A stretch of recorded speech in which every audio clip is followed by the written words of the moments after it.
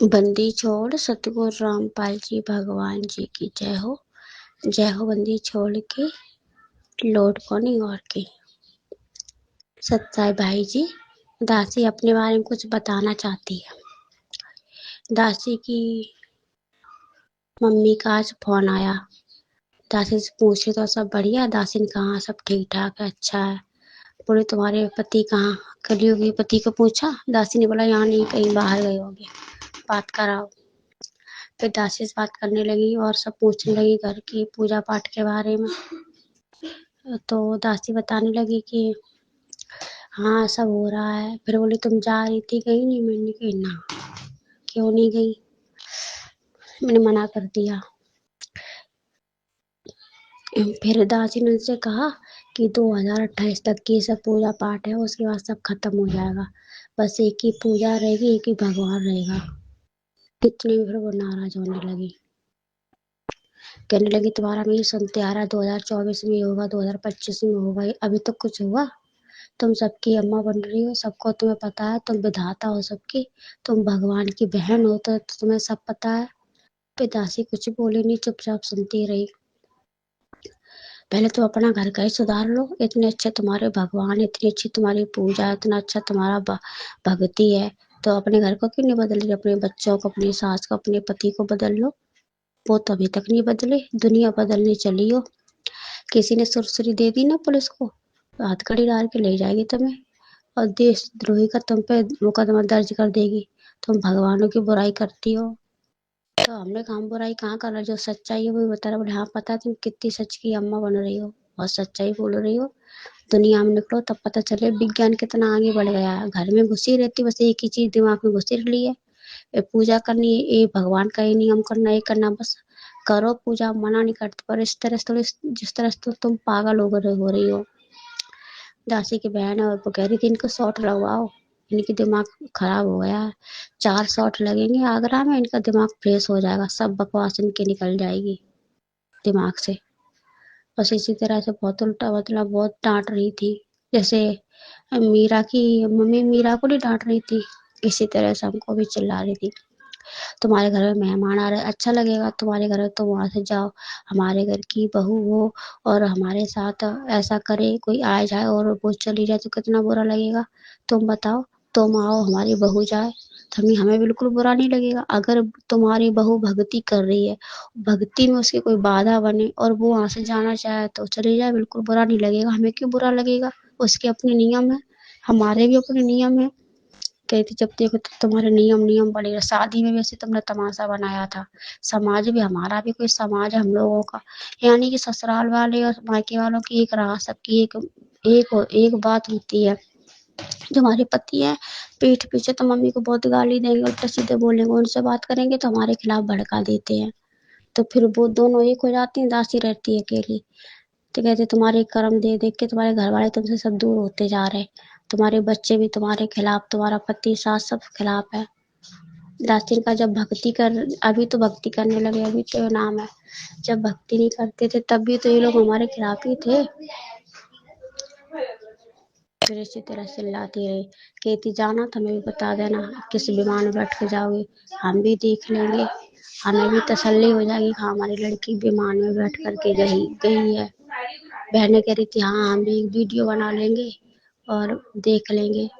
फिर हमारी मम्मी ने वीडियो कॉलिंग किया, देखो तुम्हें कुछ दिखाते हैं। हमने क्या दिखाना, देखो तो सही। अब मुझे वो दिखा रही थी, एक हमारी बहन वकील है। अब मुझे ऐसा लगा कल वाली कुछ दिखा रही, मुझे तो कुछ नहीं दिख रहा। बोली कुछ नहीं दिख रहा है। मैंने बोली इसको देखो, अपनी बहन को, इसकी जेब में पेन देखो। दासी को मन में हंसी आई कि पेन को क्या देखना, मतलब वो वकील है तो वकील की ड्रेस पहन के जा रही थी कोर्ट में। पर हम कुछ बोले नहीं, हम चुपचाप सुनते रहे। हमने, हमारा समय है अभी सुनने का, सुन रहे हैं। और इन सबका दबाव है हमारे ऊपर कि हम ये पूजा पाठ में साथ दें। हमने भी सोच लिया मरना मंजूर है, घर से निकाल दे मंजूर है, कतरा कतरा हो जाए मंजूर, पर भक्ति मार्ग में बाधा जो बनेगा उसको हम नहीं मानेंगे, ना ही अपनी मर्यादा को खंड करेंगे। कह रहे थे, बहुत कुछ बोल रही थी ऐसे ही। और हम तो सनातनी है, तुम तो सनातनी हो नहीं हो। अब हमारे भी कुछ अपने पारंपरिक परंपराएं तो निभानी पड़ेंगी। और हमारे भगवानों को तुम इस तरह से बोलते हो नहीं, हमने तो कुछ बोला नहीं तुम्हारे भगवान को, हम तो सिर्फ सच बोलते हैं।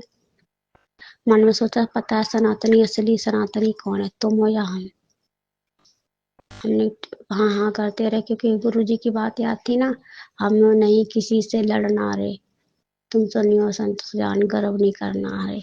परमात्मा ने शब्द गाया और इसके बारे में आप उस दिन लाइव वीडियो में बता रहे थे कि किसी से हमें अड़ना नहीं है।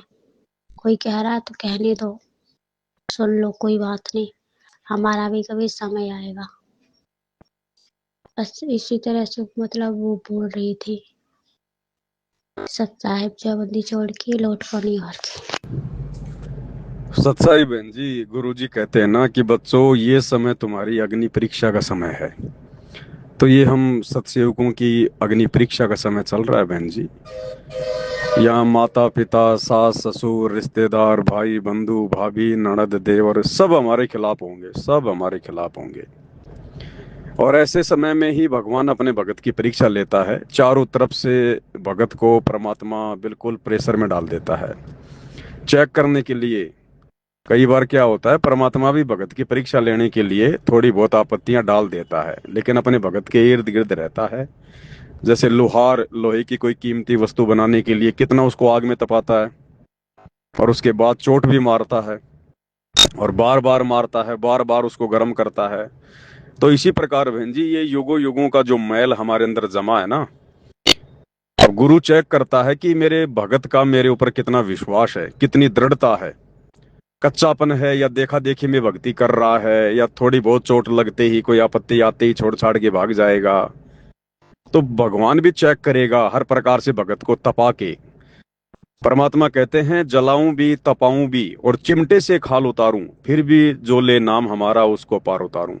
यानी फिर भी जो मेरी शरण में पड़ा रहेगा, कहते हैं उसी को पार उतारूंगा मैं। तो बहन जी, ये सारी बातें तो देखो परमात्मा ने पहले ही सत्संगों में क्लियर कर रखी हैं। अगर ये भक्ति मार्ग इतना ही आसान होता तो ये काल का लोक कब का खाली हो जाता। इसलिए तो परमात्मा कहते हैं, कबीर का मार्ग कठिन है नहीं कायर का काम, इस पर चले कोई सूरमा या आठों पहर संग्राम। यहाँ 24 घंटे संघर्ष है। अगर असल में आप इस काल लोक में गुरु जी की प्रत्येक मर्यादाओं में रहते हुए भक्ति करोगे, तो काल भी आपको उतना ही परेशान करेगा।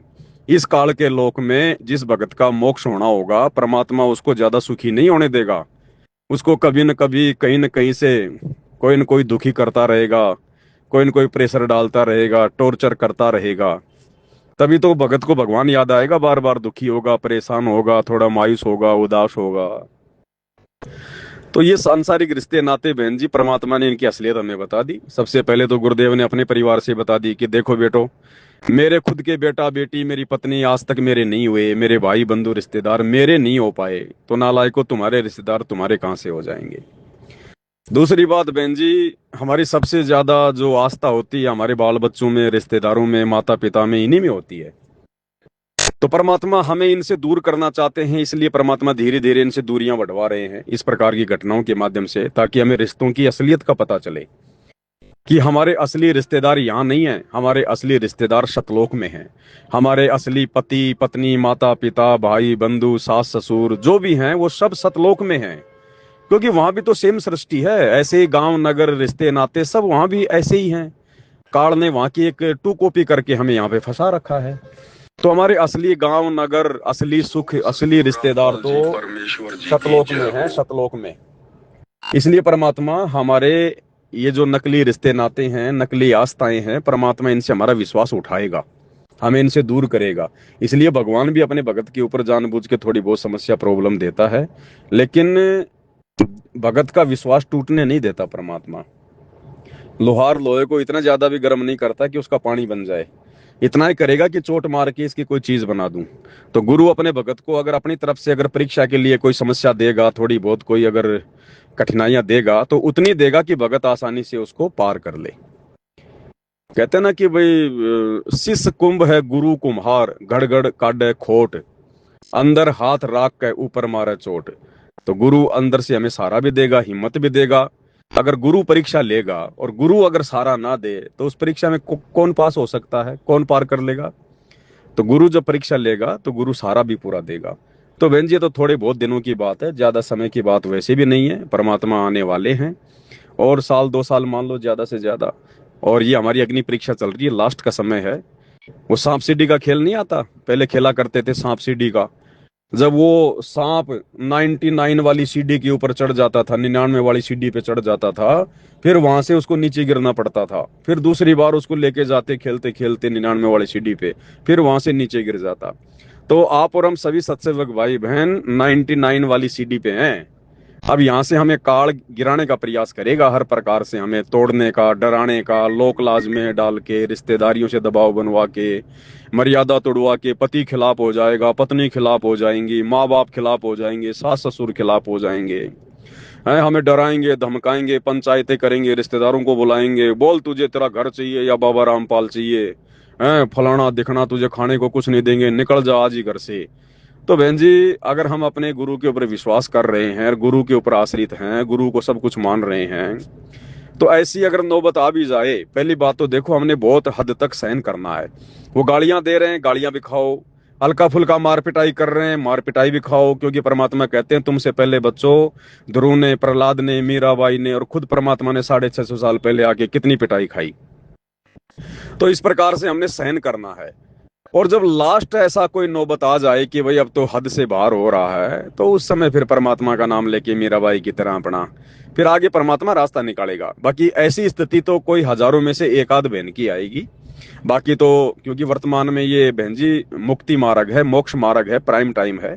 परमात्मा हमसे इतनी परीक्षा नहीं लेगा, क्योंकि हम अब इस हद तक परीक्षा देने के लायक नहीं बचे हैं।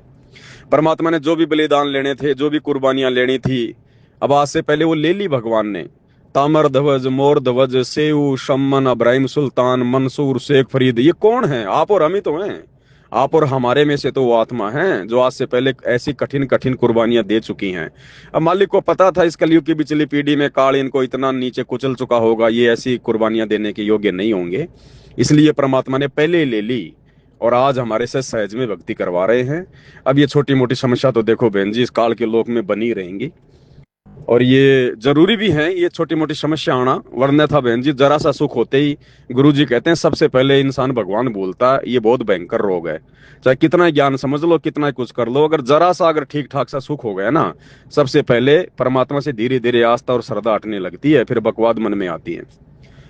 तो हम तो भगवान से ये प्रार्थना करें कि परमात्मा भले सुख दो चाहे दुख दो, हम आपके कुत्ते हैं। और हमारे जो जेवड़ी है, जो रस्से की जो जेवड़ी है, जो गले की रस्सी है, परमात्मा आपके हाथ में है। अब आप जिधर लेके जाओगे, जैसा रखोगे, परमात्मा हम आपके आश्रय हैं, आपके भरोसे हैं। हम अपनी तरफ से कोई डिमांड नहीं करेंगे और ना कोई शिकायत करेंगे। जब आप मालिक हो, सर्वे सर्वे हो, अंतर्यामी हो, तो आप जो करोगे वो अच्छा ही करोगे। हम तो सोच भी नहीं सकते जो आप जी जो कर लोगे हमारे लिए, हम तो वो सोच भी नहीं सकते। तो भगत ने ना कोई डिमांड करनी, ना कोई शिकायत करनी। अगर ज्ञान समझ में आ गया है तो जैसी भी परिस्थितियां हैं उनमें बने रहो अपने भगवान पे विश्वास करके। आज परिस्थितियां अगर बिगड़ी हुई हैं तो कल को ठीक भी भगवान ही करेगा। इसके अलावा धरती पर कोई बिगड़ी हुई परिस्थितियों को ठीक करने वाला भी नहीं है कि नहीं? रात है तो दिन भी आती है, धूप है तो छांव भी आती है, परिस्थितियां एक समान रहती नहीं रहती हैं। तो गुरु जी पे विश्वास करके, अब ज्यादा समय नहीं है, इस समय हो सकता है कोई बड़ी समस्या भी आ जाए किसी को, कोई बड़ी बात नहीं है, क्योंकि परीक्षा सबकी होनी है और लास्ट का समय चल रहा है। परमात्मा ढंग से चोट मार मार के देखेगा। तो विश्वास करके लगे रहेंगे तो परमात्मा साथ है, ना टूटने देगा, ना डिगने देगा, ना भक्ति मार्ग से हटने देगा। और भाई इस समय अगर कोई टूट गया, डर गया, लोक लाज में आ गया, मर्यादा तोड़ दी, है गुरु जी के आने के बाद भक्ति कर लेंगे, फलाना दिखना, फिर हो गई भक्ति गुरु जी के आने के बाद, तो फिर भक्ति हो जाएगी बहुत बढ़िया फिर। तो ये अग्नि परीक्षा का समय है, अग्नि परीक्षा का समय। इस समय सचेत रहो, जागरूक हो। ठीक है, घर है, परिवार है, रिश्तेदार है, समाज है, जो भी है, जहां तक हमारी मर्यादाओं में कोई दिक्कत नहीं आती है, हम उन्हीं कार्यों में उनका सहयोग करेंगे।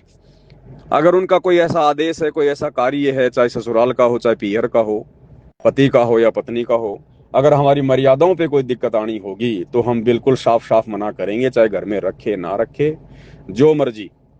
आगे फिर रास्ता परमात्मा निकालेगा। अगर मर्यादाओं के लिए संघर्ष करोगे अपने मोक्ष के लिए, तो भगवान फिर कौन सा पीछे रहेगा। जय तू चाला एक कदम, मैं चालू कदम 60, जय तू हो जा काठ का, मैं हो जाऊं लोहे की लाठ। फिर परमात्मा भी तो साथ खड़ा है। उसकी रजा के बिना, उसके आशीर्वाद के बिना 2 कोटि का जीव संघर्ष कैसे कर लेगा फिर।